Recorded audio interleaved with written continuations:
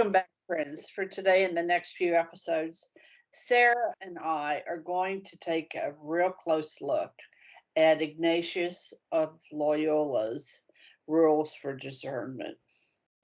So, in the subtitle is Journey to God. So, to get this show in the broader context of our channel, Garden of Graces, I thought it would behoove all of us, certainly behooved me, to take a kind of a gander of what we've been doing these past year or 2 years, something of that order.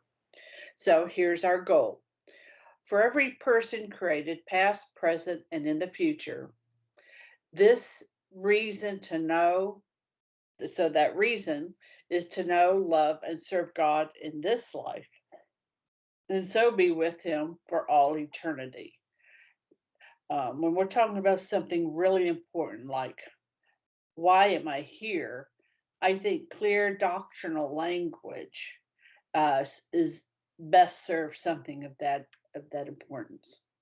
So the foundation to love authentically, the love of God, comes with that desire to serve Him, do what He says, and do it with devotion.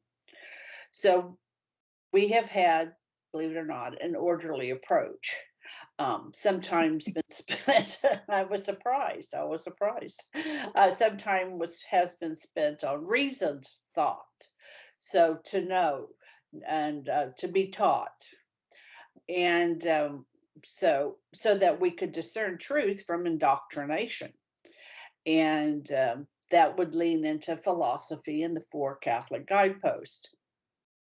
Other times we look to see how this life of devotion was practiced, and so we would look to great spiritual masters and doctors of the church, men and women who've given us written work that is trustworthy and spans ages and cultures, and we'll be doing that with Ignatius. And we've chosen an analogy to help bring these various concepts together, and that is the seasons of a garden.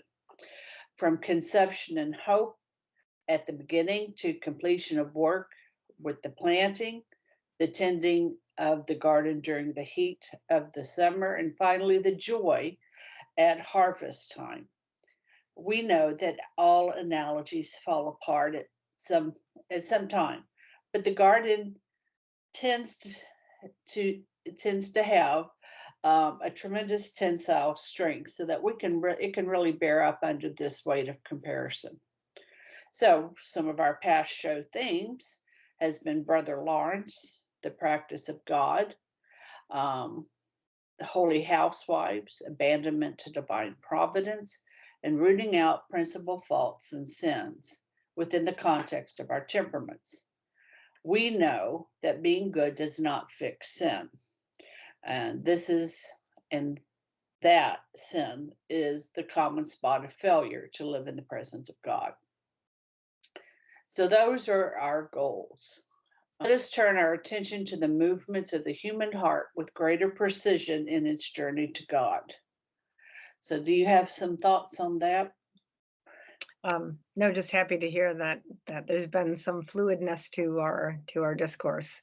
You know, it is a great grace to sometimes, as you said, that abandonment to divine providence, to surrender yourself to a holier will than your own, and just be present and find how God is capable of working through that in some manner. In that book, the beautiful book of Abandonment to Divine Providence, I love the way that he says that that God's will is hidden, and that mystery, the nature of mystery, is to sacrifice reason and the senses.